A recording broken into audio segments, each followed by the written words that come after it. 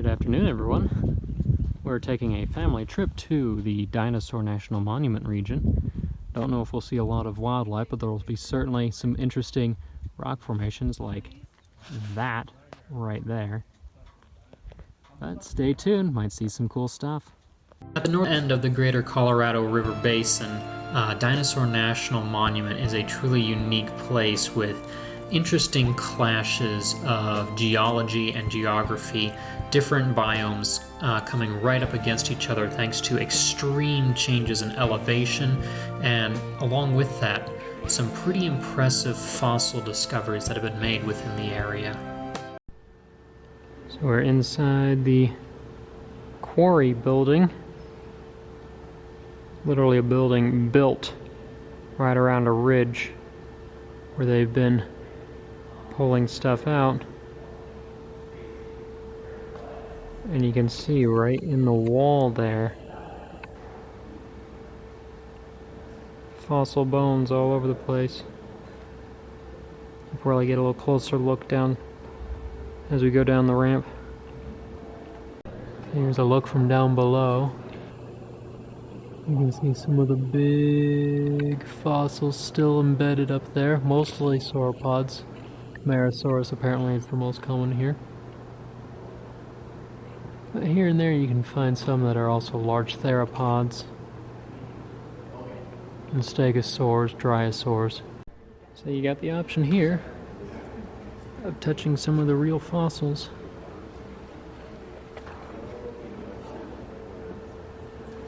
You have to be very gentle. That is what used to be bone and is now mineralized rock in a cast of the bone.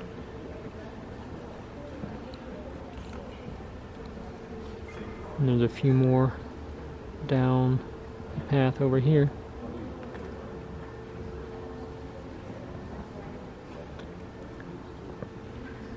Large femurs.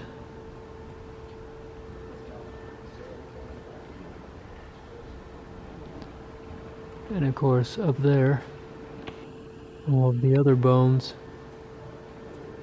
that we cannot access.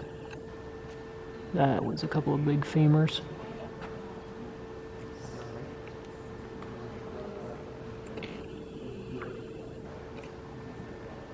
You can see the layers where the rock has folded and shifted upward, so that all those formerly flat sedimentary layers are now on their side and folded over in the hills. Kind of glad the arrows are pointing it out for us, because in situ there's a big vertebral column, probably of a sauropod.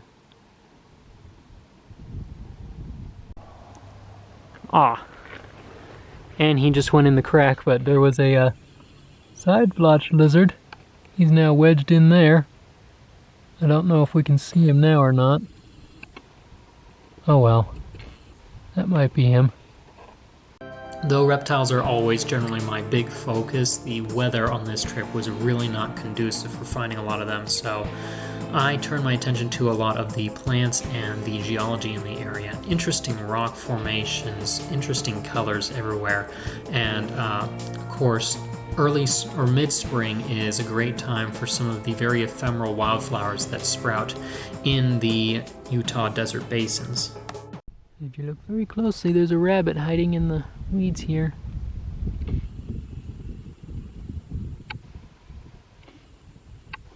Hello, sir.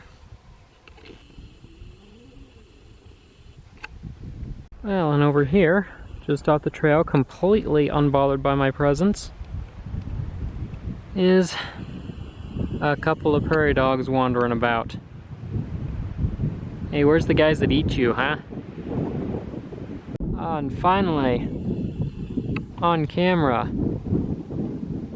there's one of the Scoloporus lizards. I think that's the sagebrush. Nice to finally get one really on camera, though.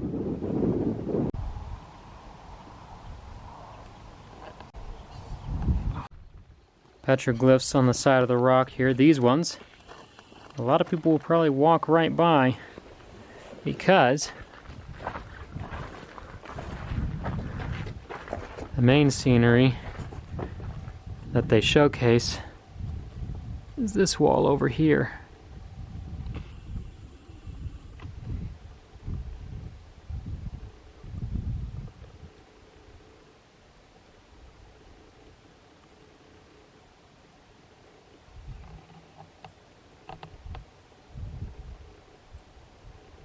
The next morning we awoke to clouds draping the tops of the mountains and the coldest day of the trip.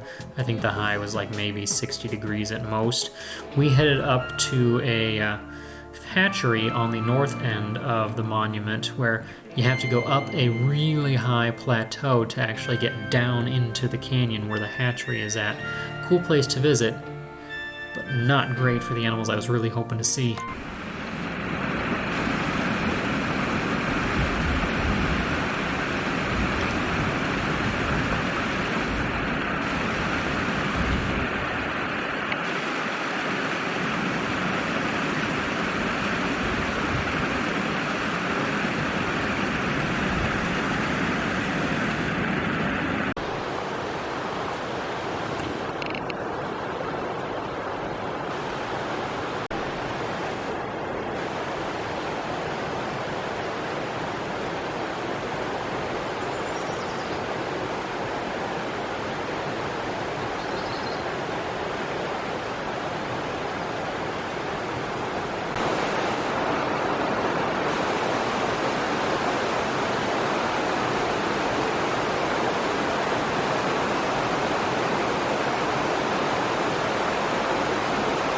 After that brief drive up north, which also gave me some great ideas for if I ever return to the area, good road cruising spots for finding cool animals, we returned back to the main monument space and headed a little bit east into the upper canyons where some of the more big concentrations of petroglyphs are, and some amazing scenery too.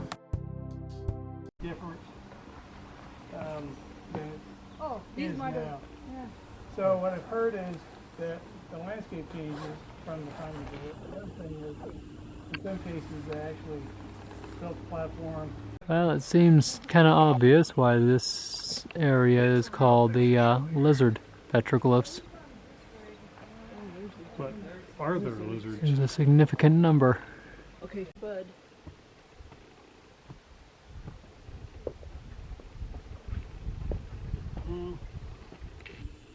Buddy would be fine on a trail. It's dragging you along.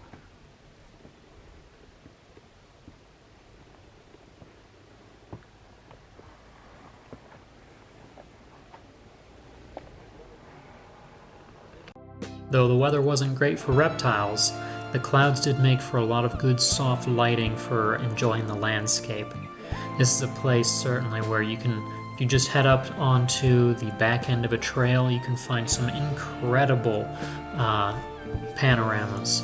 I sat here for a little bit looking at the carved plateau just above the Green River here, and then also headed up a little box canyon that my family did not follow me into for an entirely different looking appearance from deep within the rock walls.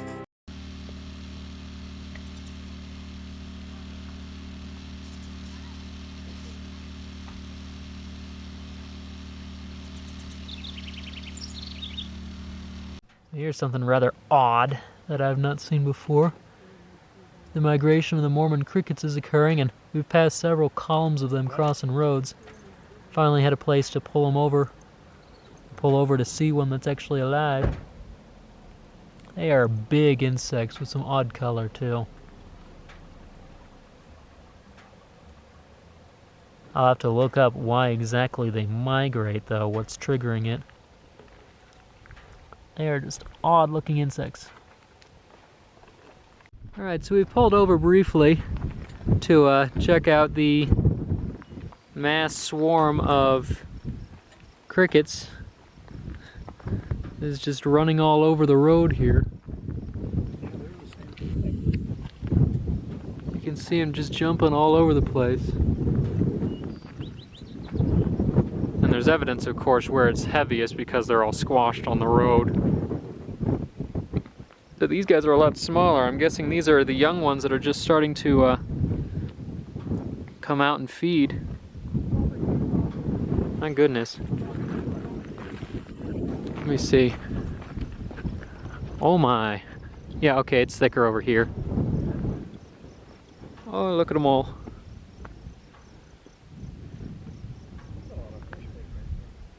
It's kind of ridiculous. Why are they all here? What are they doing? I'm gonna have to look this up for you guys.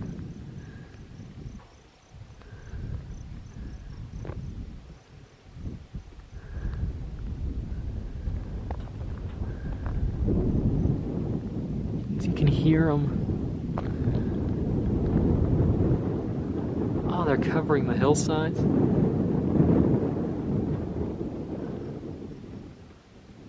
It's so weird. We would pass by several dozen columns of these guys as we headed upwards in elevation, going from the Green River valleys up to the top of the plateaus on our ways to visit a little more backwoods part of the monument. A place that, if you get high clearance, is worth visiting for the flowers and the scenery.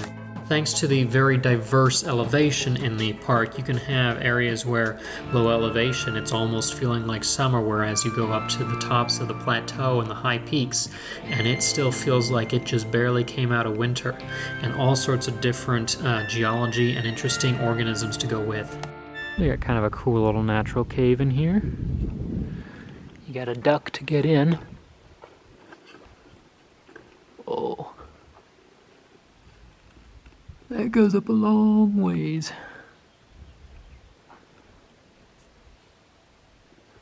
Let's explore.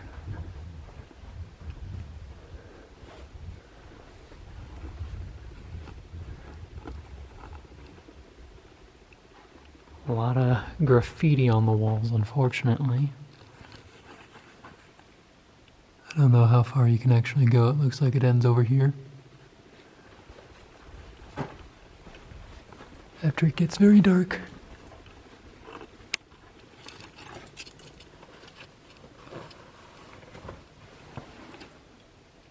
There must be another exit point though, since the wind is blowing through here. Huh. At the bottom of this drive is one of the most picturesque parts of the park, where the Green and Yampa rivers come together in a convergence, and this massive stone is what is called Steamboat Rock. A beautiful place where the river is broad and soft. It's often a camping spot for a lot of rafters, and a place where I'd hope to find Great Plains rattlesnakes, because it's about as far north as they come, but alas, still very few reptiles. Well, it's been surprisingly difficult actually to get to a spot where I can actually see it clearly, but I am standing technically on the bank of the Yampa River. I'm looking across to where it meets. You can see the difference in the watercolor right there. That's where it meets the Green River. And they mix right here and flow down as one. The Yampa on this side is one of the very last completely free-flowing rivers in the Colorado River Basin. And as such, it's a stronghold for several of our big endemic species, the pike minnow, razorback sucker, humpback chub, and then one that's escaping my mind at the moment. We got the sagebrush lizards are active.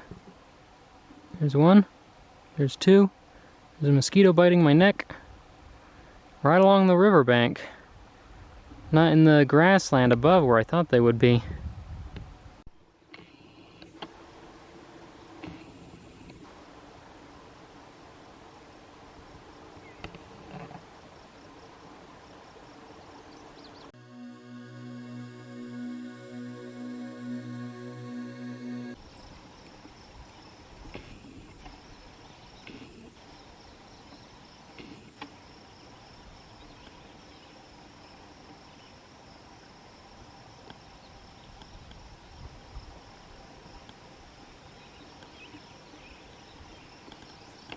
Oh, just missed a racer, but we got a nice big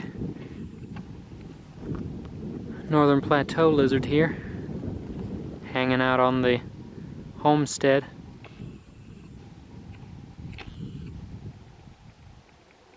All the stripy chevrons are pretty distinctive of them. Yes, back on the way up out of the canyon, I missed the one and only snake I saw the entire weekend. Very disappointed. But after that, we headed up to the complete opposite end of the scale from the bottom of the river valley, which you could see in that first image, all the way up to the top of the plateau, overlooking it at about 7,800 feet in elevation. Massive change. Beautiful scenery. And then afterwards, I took one last little hike down along a river walk near our campground to try and find stuff. Found some gorgeous claret cup cactus in bloom, the first ones I had found that were actually in bloom, as well as a few other odds and ends creatures.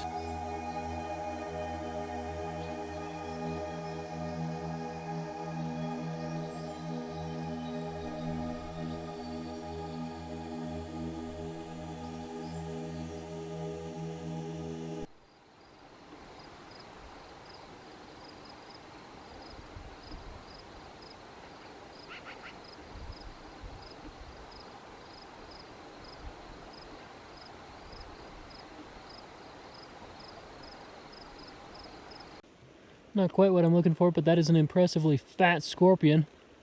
I don't think it's the same species I've seen before, so I'm going to have to identify this one for you guys on the screen. Interesting. Well, it's not quite what I was hoping for, but hey. There's a toady. Hold on, sir. I have not seen anything at all yet, and I need to see you. It's just your classic Woodhouse's toad, but hey, still a toad. Nice to see somebody at least. He's cute.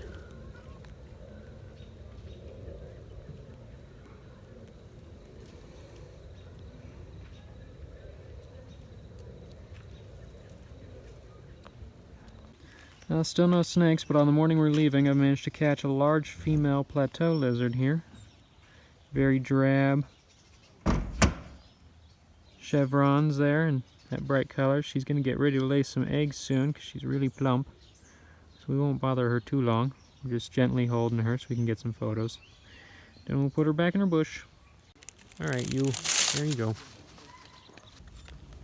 Well, came home from the trip. No snakes, but came home to a new box turtle in the yard, and I'm going to guess this might be a female. It's a big one. We're going to come in here and make sure she's out of the pool.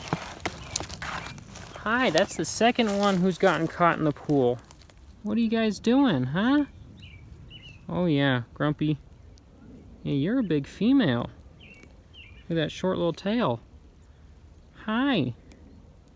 You're adorable. Okay, we're just going to make sure you're safe over here. Oh, and there's a lizard. Alright, you go down here, okay? Bye! So yeah, the trip might not have been quite as successful as I had hoped, but we still saw some cool things. Some interesting insects, lizards, and so on. We don't know where I'll be next, but hopefully you'll join me wherever I may end up. Hey miss, please don't run over my penstemons. But wherever I may be, you can find me on social media as well, posting little tidbits and such on Instagram, TikTok, Facebook, Carlton Carnivores. If you'd like to help support funding for trips, consider joining at Patreon or donating at Coffee or buying the plants that I've got for sale on the website, carltoncarnivores.com. But wherever I may be, this is Hawk and Carlton, signing off at Carlton Carnivores.